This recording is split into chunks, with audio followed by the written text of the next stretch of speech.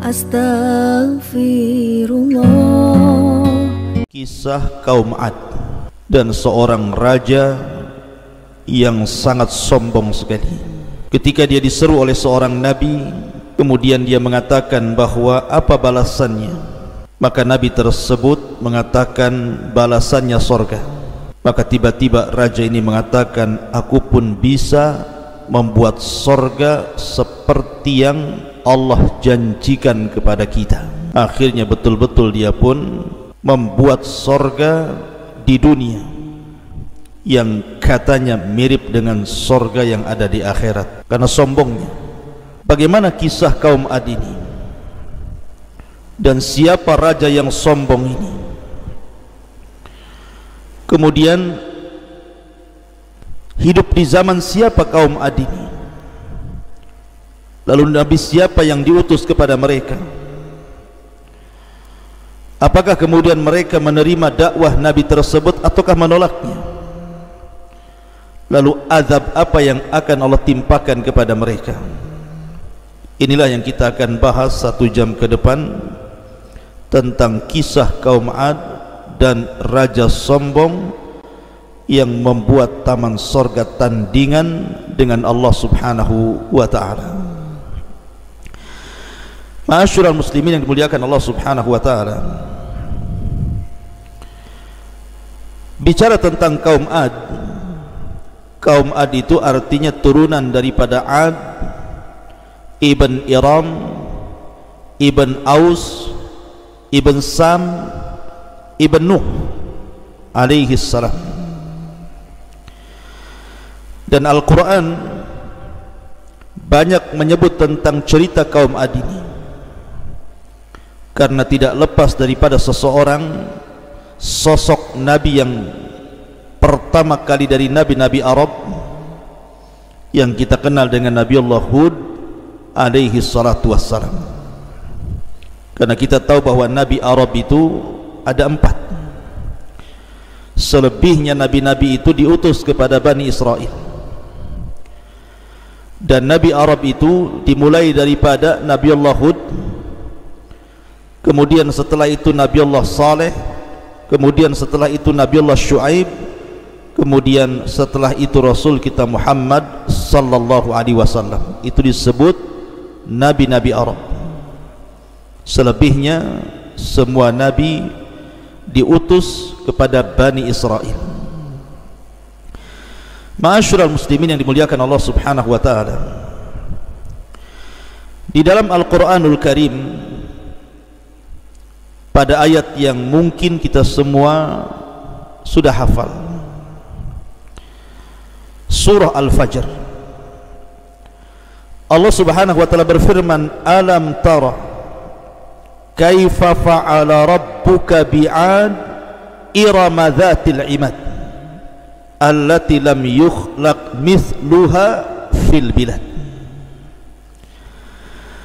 Tidakkah engkau wahai Muhammad memperhatikan bagaimana Tuhanmu berbuat terhadap kaum Ad, yaitu penduduk Iram, ibu kota kaum Ad, yang mempunyai bangunan-bangunan yang sangat tinggi yang belum pernah dibangun satu kota manapun di dunia ini. Dari sini terjadi khilaf para ulama ketika para ulama membahas tentang Iram. Iram ini apa? Apakah Iram ini sebuah kabilah, ataukah Iram ini sebuah kota, ataukah Iram ini apa? Pendapat Al-Imam Al-Muqatil, seorang ahli tafsir, mengatakan bahwa Iram itu artinya annaha qabilatun min qaumi Adin. Dia adalah sebuah kabilah dari kaum Ad. Tetapi Al-Imam Al-Mujahid mengatakan bahwa innaha ismul jannah allati banaha Shaddad ibnu Adin. Bahwa Iram itu sebuah sorga, sebuah kota yang sangat indah yang dibangun oleh seorang raja yang namanya Shaddad, putra daripada Ad. Ma'asyiral muslimin yang dimuliakan Allah Azza wa Jalla, dari sini kita jumpa dengan nama raja tersebut, Shaddad ibnu Ad, salah seorang raja dari raja-raja Arab dari kaum Ad al-Badiah. Ma'asyiral muslimin yang dimuliakan Allah Subhanahu wa taala, disebutkan oleh sebagian ahli tafsir, di antaranya Al-Imam Al-Qurtubi rahimahullahu taala, ketika menjelaskan tentang tafsir surah Al-Fajr ayat 6 sampai 8, kata Al-Imam Al-Qurtubi rahimahullahu taala mengatakan, anna Shaddad ibn Adin kana malikan dha ba'sin syadidin, walamma sami'a bidhikri jannati adnin allati wa'adallahu ibadahul mu'minin qala abni fil ardi mislaha fabana madinatan azimatan hailatan falamma atamma bina'uha wa sara ilaiha bi ahli mamlakatihi ba'athallahu 'alaiha sayhatan minas sama fahalaku ajmain wa lam yadkhulha Shaddad ibn Ad hadha wa man ma'ahu wa sara khabaru hadhihi al-madinati wa khabaru hadzal maliki min ayatillahi fi ibadihi wa biladihi. Kata Imam Al-Qurtubi bahwa Iram Dzatil Imad, Iram ini sebuah kota dibangun oleh Shaddad ibn Ad. Shaddad putra daripada Ad, dia seorang raja yang sangat bengis sekali. Bahkan dikisahkan Shaddad ibn Ad ini ditakuti oleh raja-raja baik barat ataupun timur. Jadi kekuasaannya Shaddad ibn Ad ini adalah kekuasaan yang hampir menyeluruh, sama dengan Dzulqarnain, Bukhtun Nasr ataupun Nabiullah Sulaiman alaihi salatu wassalam, ataupun Namrud. Jadi Shaddad ibn Ad ini dia bisa menaklukkan seluruh kerajaan-kerajaan baik yang mengarah ke timur ataupun ke barat, sehingga namanya ditakuti. Karena kita tahu bahwa kaum Ad ini memiliki postur-postur yang sangat tinggi sekali. Ada yang mengatakan tinggi badan kaum Ad itu mencapai 20 sampai 30 meter dan memiliki badan yang kekar dan kuat-kuat, sehingga Shaddad ibn Ad ini mampu mengalahkan negara-negara yang mengarah ke timur ataupun ke barat, ke selatan ataupun ke utara, sehingga dia menjadi raja yang sangat ditakuti. Lah ketika diutus kepada Shaddad ibn Ad ini seorang nabi, Nabi Hud alaihi salatu wassalam, kemudian Hud ini menyerukan kepada Ad untuk beriman. Kemudian Shaddad ibn Ad ini mengatakan kepada Nabi Hud, kalau saya beriman kepadamu wahai Hud, apa imbalannya?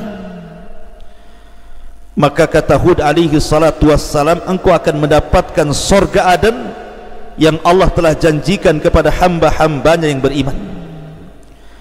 Tiba-tiba dia mengatakan, aku juga bisa membuat surga yang sama seperti surga Aden yang Allah janjikan kepada kalian. Lihat bagaimana sombongnya Shaddad ibn Ad ini.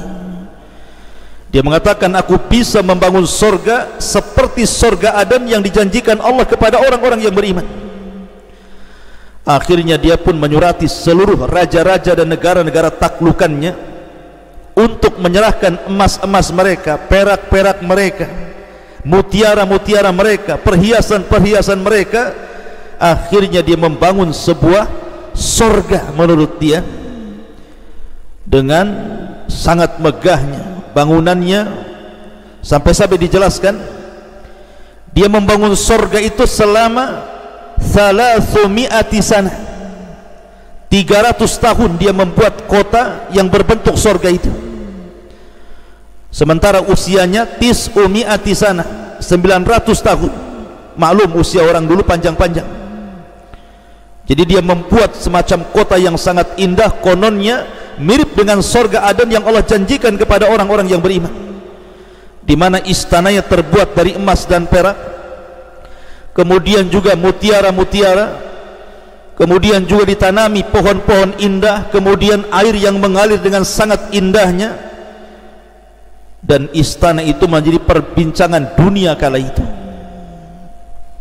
Itulah yang disebut dengan Iram. Iram adalah sebuah sorga, sebuah kota yang sangat indah, yang Allah Subhanahu wa ta'ala mengatakan lam yukhlaq mithluha fil bilad, yang tidak pernah diciptakan sebelum dan sesudahnya. Hanya orang-orang Ad saja yang mampu menciptakan Madinah seindah itu, yang kononnya kata Shaddad ibn Ad itu mirip dengan sorga Aden.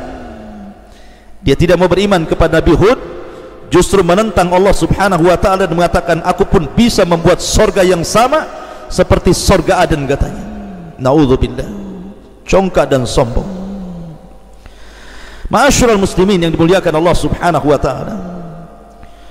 Makanya kemudian apa yang terjadi karena kesombongannya, maka Allah Subhanahu wa ta'ala mengutus sayhatan minas sama, sebuah teriakan dari langit, fahalaku ajmain, maka satu kota Allah binasakan. Lah ketika itu Shaddad tidak sempat masuk ketika kota itu dihancurkan oleh Allah, dirobohkan, sehingga kota yang sangat indah yang dibicarakan dunia tiba-tiba menjadi padang pasir. Tidak ada satupun yang tersisa dari kota itu kecuali dihancurkan Allah Azza wa Jalla. Lah Shaddad ini tidak masuk ke kota itu, artinya tidak kena azab, dan orang yang bersamanya. Maka ketika kemudian habar terhadap kota tersebut dan habar terhadap Raja Shaddad ibn Ad ini, makanya diabadikan dalam Al-Quran surah Al-Fajr, Irama dhatil imad allati lam yukhlaq mithluha fil bilad. Ini satu pendapat.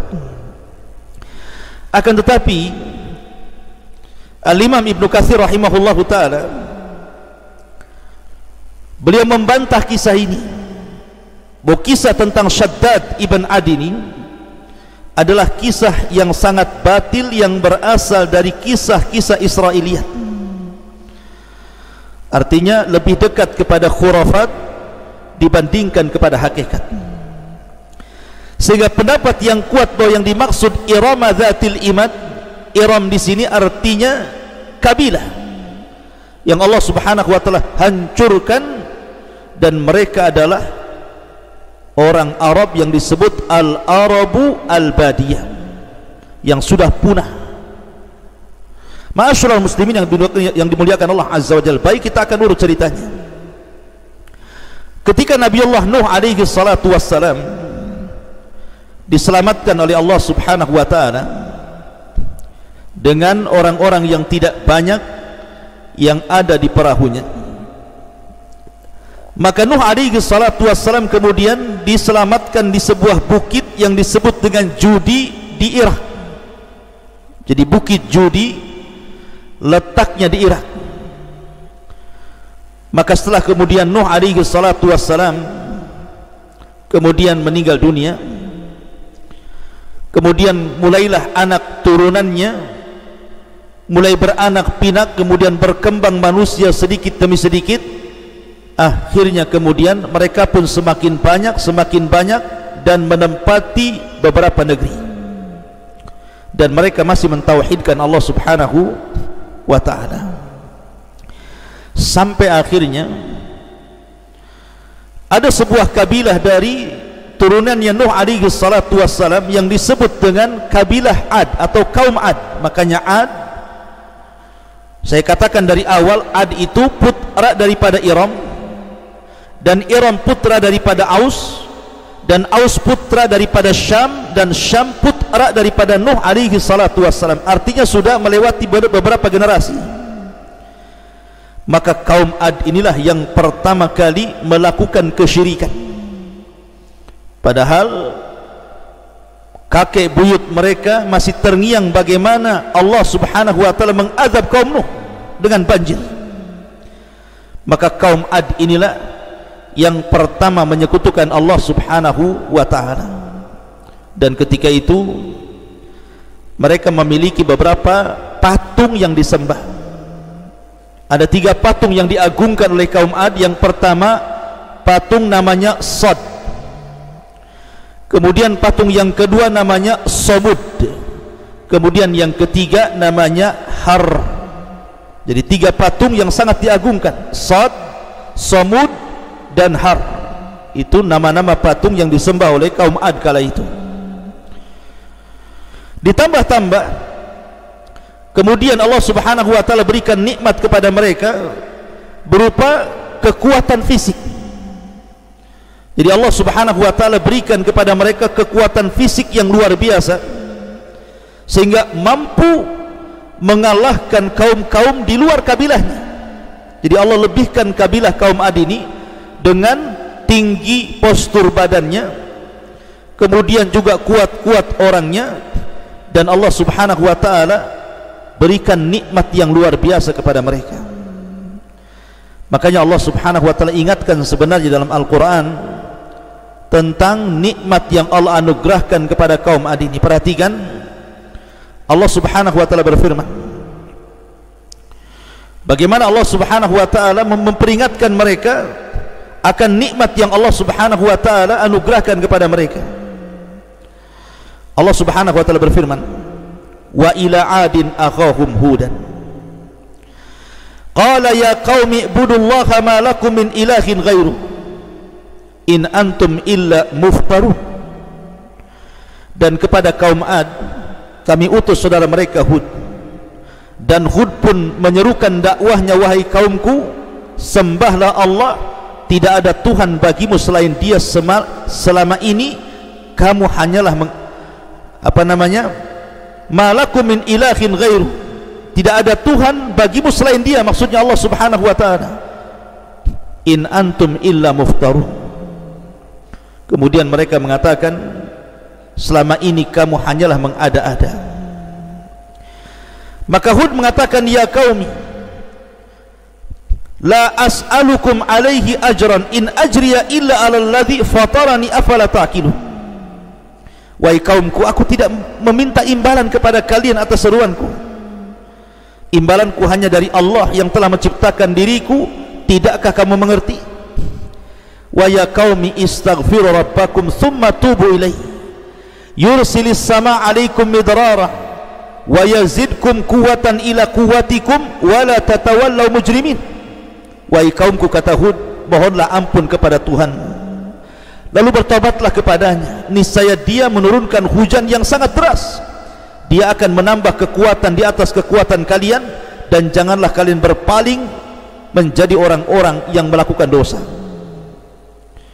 Artinya Nabi Allah Hud alaihi salatu wassalam diutus kepada mereka sebuah nikmat. Karena bagaimanapun ketika sebuah kaum rusak, kemudian diutus orang saleh untuk memperbaiki, maka kehadiran orang saleh itu nikmat yang sangat besar.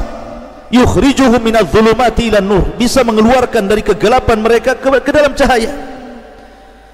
Tapi mereka kaum Ad tidak pernah bersyukur dengan kehadiran Nabi Allah Hud alaihi salatu wassalam. Kemudian Allah subhanahu wa ta'ala berfirman lagi, Allah mengatakan, wattaqullazi amaddakum bima ta'malun. Bertakwalah kepada zat yang telah memberikan nikmat kepada kalian sebagaimana yang kalian ketahui. Amaddakum bi an'amin wa banin wa jannatin wa uyun, di mana Allah telah memberikan kepada kalian dengan berbagai macam ternak-ternakan, berbagai macam keturunan, kemudian kebun-kebun, dan juga mata-mata air. Subhanallah, artinya kaum Ad ini secara materi Allah lebihkan dibandingkan kaum-kaum yang lainnya. Secara materi Allah lebihkan dibandingkan kaum-kaum yang lainnya. Bahkan bukan hanya secara materi, bahkan secara fisik pun mereka dilebihkan. sampai karena kuatnya fisik mereka, mereka sombong. Wa qalu man ashaddu minna quwwah, mereka mengatakan siapa yang lebih kuat dari kami, katanya. Maka Allah jawab, awalam yarau annallaha alladhi khalaqahum huwa ashaddu minhum quwwah. Mereka tidak melihat bahwa Allah pernah menciptakan orang-orang yang lebih dulu jauh lebih kuat dibandingkan mereka. Ma'asyiral muslimin yang dimuliakan oleh Allah Subhanahu wa taala, intinya bahwa Hud alaihi salatu wassalam senantiasa mengingatkan mereka. Bahkan Hud alaihi salatu wassalam mengatakan bahwa keberadaan kalian itu sebagai khulafa, pemimpin-pemimpin pengganti Nuh alaihi salatu wassalam. Tapi macam-macam nasihat Hud alaihi salatu wassalam, tetap saja mereka pun membantah dan tidak menerima ajakan Hud alaihi salatu wassalam. Lihat bagaimana perkataan mereka kepada nabinya. Mereka mengatakan, qalu ya Hud ma ji'tana bi bayyinatin wa ma nahnu bi tariki alihatina an qaulika wa ma nahnu laka bimu'minin. Kaum Ad mengatakan, wahai Hud, engkau tidak mendatangkan suatu bukti yang nyata kepada kami bahwa engkau seorang nabi masalahnya, dan kami tidak akan meninggalkan sesembahan kami karena perkataanmu, dan kami tidak akan percaya sedikit pun kepadamu. Innaqulu illa tarah ba'du alihatina bisu'in. Innaqulu illa taraka ba'du alihatina bisu'in. Qala inni ashhadullaha wa ashhadu anni bari'um mimma tusyrikun. Kemudian mereka mengatakan, kami hanya mengatakan bahwa sebagian sesembahan kami telah menimpakan penyakit gila kepadamu. Lihat, mereka menuduh Hud kesambat dengan berhalanya dan mengatakan, kamu seperti ini karena kamu telah ditimpa penyakit gila dari Tuhan-Tuhan kami dan sembahan-sembahan kami dan berhala-berhala kami, makanya kamu seperti ini. Maka Hud pun membantah dan mengatakan, sungguh aku bersaksi kepada Allah, dan saksikanlah bahwa aku berlepas diri dari apa yang kalian persekutukan. Lihat bagaimana Hud alaihi salatu wassalam, dia amat berani sekali. Karena di antara mukjizat Nabi Hud itu, dia tidak bisa disakiti masalahnya. Padahal kaum Ad itu kan kuat-kuat tuh, kekar-kekar, kuat-kuat, dan dia bisa mengalahkan negeri-negeri dengan sangat mudahnya sehingga ditakuti oleh negeri-negeri yang lainnya. Tapi mereka tidak bisa menyentuh Hud alaihi salatu wassalam. Lihat bagaimana Hud dengan beraninya mengatakan, min dunihi faqiduni jami'an thumma la tunzirun. Dengan yang lain sebab itu jalankanlah semua tipu daya kalian untukku, dan jangan kamu tunda lagi. Silahkan kau berbuat apa kepadaku, kata Hud alaihi salatu wassalam, silahkan lakukan saja. Karena Nabi Allah Hud alaihi salatu wassalam punya kunci kenapa dia tidak takut dan berani sekali kepada kaum Ad ini. Dia mengatakan, inni tawakkaltu ala Allah rabbi wa rabbikum ma min dabatin illa huwa akhidun binasiyatiha inna rabbi ala sirati mustaqim. Karena sesungguhnya aku bertawakal kepada Allah Tuhanku dan Tuhan kalian. Tidak satupun makhluk bergerak yang bernyawa melainkan dialah yang memegang ubun-ubunnya. Sungguh Tuhanku di jalan yang lurus. Fa in tawallau, maka jika kalian berpaling, faqad ablagtukum ma ursiltu bihi ilaikum, maka sungguh aku telah menyampaikan kepada kalian apa yang telah menjadi tugasku sebagai seorang rasul. Wa yastakhlifu rabbi qauman ghairakum, boleh jadi Tuhanku akan menggantikan kalian dengan kaum yang lain. Wala tadurrunahu syai'an inna rabbi ala kulli syai'in hafid, sedangkan kamu tidak dapat memadaratkan Allah sedikit pun, sesungguhnya Tuhanku maha pemelihara atas segala sesuatu. Di sini Hud mulai mengancam. Ketika kaum Ad tidak mau beriman kepada Hud alaihi salatu wassalam, maka Hud mulai memberikan peringatan dan ancaman agar mereka takut. Kalau seandainya kalian tidak beriman kepada Allah Azza wa Jalla, aku hanya seorang nabi, seorang rasul, hanya menyampaikan risalah Allah. Tapi ingat, Allah bisa saja menggantikan kalian dengan kaum yang lain katanya. Itulah Hud alaihi salatu wassalam, keberaniannya luar biasa menghadapi kaumnya. Ma'asyiral muslimin yang dimuliakan Allah subhanahu wa ta'ala. Lalu apa yang terjadi ketika mereka semakin jauh dari syariat Hud alaihi salatu wassalam dan sudah lupa akan syariat nenek moyang mereka Nuh alaihi salatu wassalam? Bahkan mereka sombong dan congkak. Bahkan para pemimpin mereka mengatakan, wa qala al mala'u min qaumihi alladhina kafaru wa kadzdzabu bi liqa'il akhirati wa atrafnahum fil hayatid dunya ma hadza illa basharun mithlukum ya'kulu mimma ta'kuluna minhu wa yashrabu mimma tashrabun. Dan berkatalah para pemuka dari orang-orang kafir dari kaumnya dan yang mendustakan pertemuan hari akhir serta mereka yang telah kami berikan kemewahan dan kesenangan dalam kehidupan dunia, orang ini tidak lain kata mereka, maksudnya Hud alaihi salatu wassalam, hanyalah manusia sama seperti kita.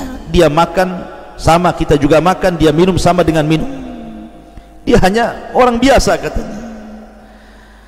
Ma'asyiral muslimin yang dimuliakan Allah subhanahu wa ta'ala, bahkan mereka mengatakan, hayhat hayhat lima tu'adun, jauh-jauh dari kebenaran apa yang diancamkan Hud kepada kami. In hiya illa hayatuna dunya namutu wa nahya wa ma nahnu bimab'utsin.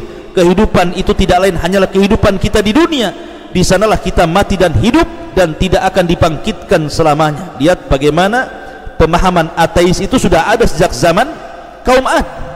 Tidak percaya dengan hari kebangkitan, bahwa kami hidup dan mati itu karena masalah waktu saja katanya, bukan karena Allah subhanahu wa ta'ala.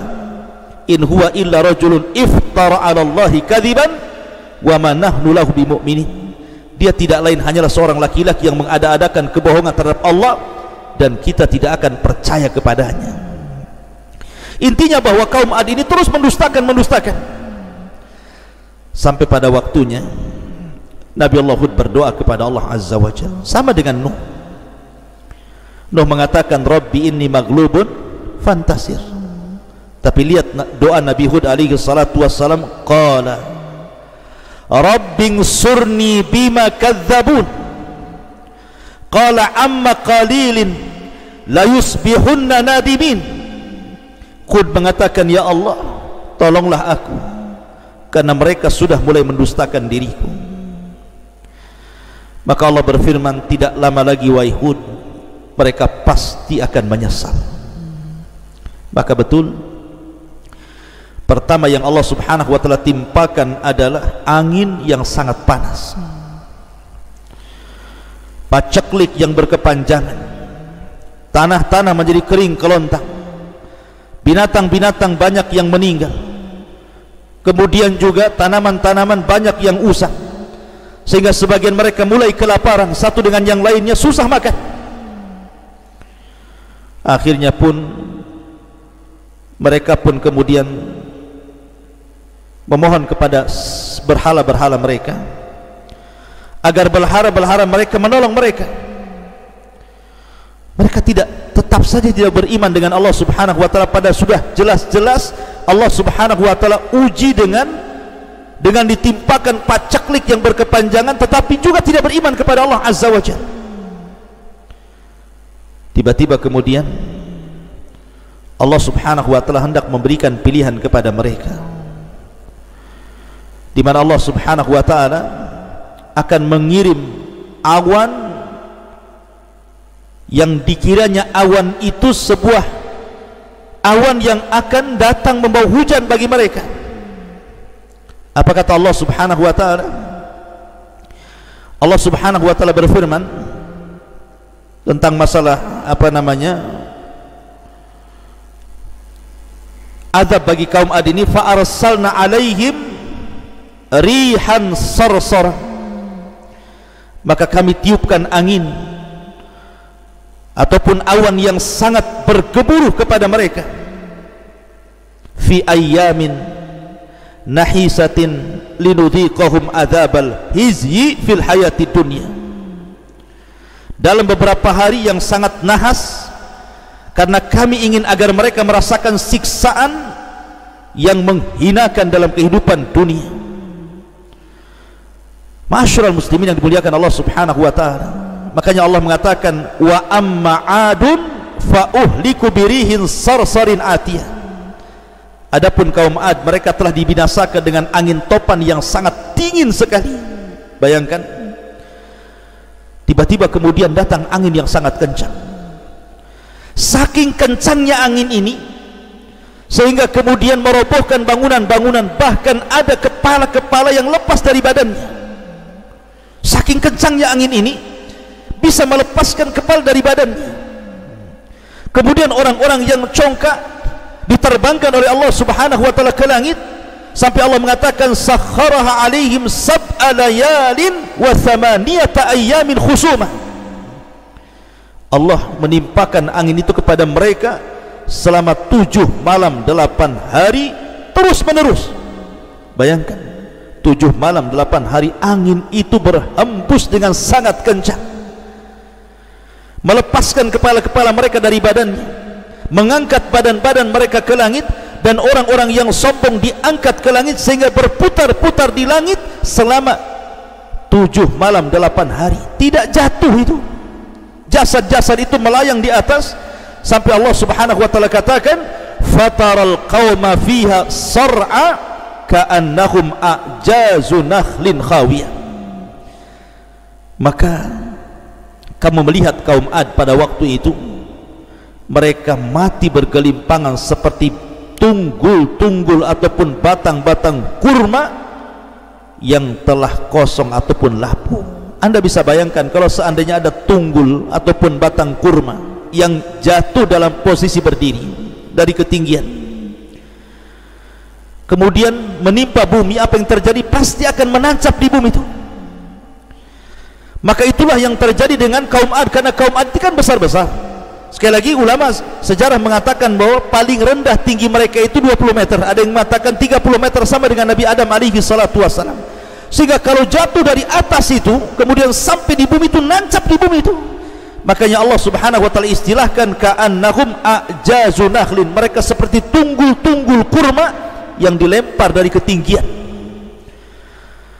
Maka Allah mengatakan fahal tara lahum min baqiyah, maka adakah kau lihat seorang yang masih tersisa di antara mereka? Tidak ada, semua dibinasakan. Ma'asyiral muslimin yang dimuliakan Allah Subhanahu wa taala, begitulah Allah Subhanahu wa taala kirimkan kepada mereka sebuah azab yang sangat mengerikan. Azab bagi kaum 'Ad yang menjadi pelajaran bagi kaum-kaum setelahnya. Bahkan azab ini sampai dikenang oleh orang-orang Quraisy di zaman Rasul. Ketika Nabi SAW berdialog dengan Al-Walid ibn Mughirah, kemudian Al-Walid ibn Mughirah terus berbicara, kata Rasul, sudah kau bicara wahai Walid, giliran aku. Tiba-tiba Nabi SAW membacakan satu ayat dalam Al-Quran, fa in a'radu faqul anzartukum sa'iqatan mithla sa'iqati 'adin wa thamud.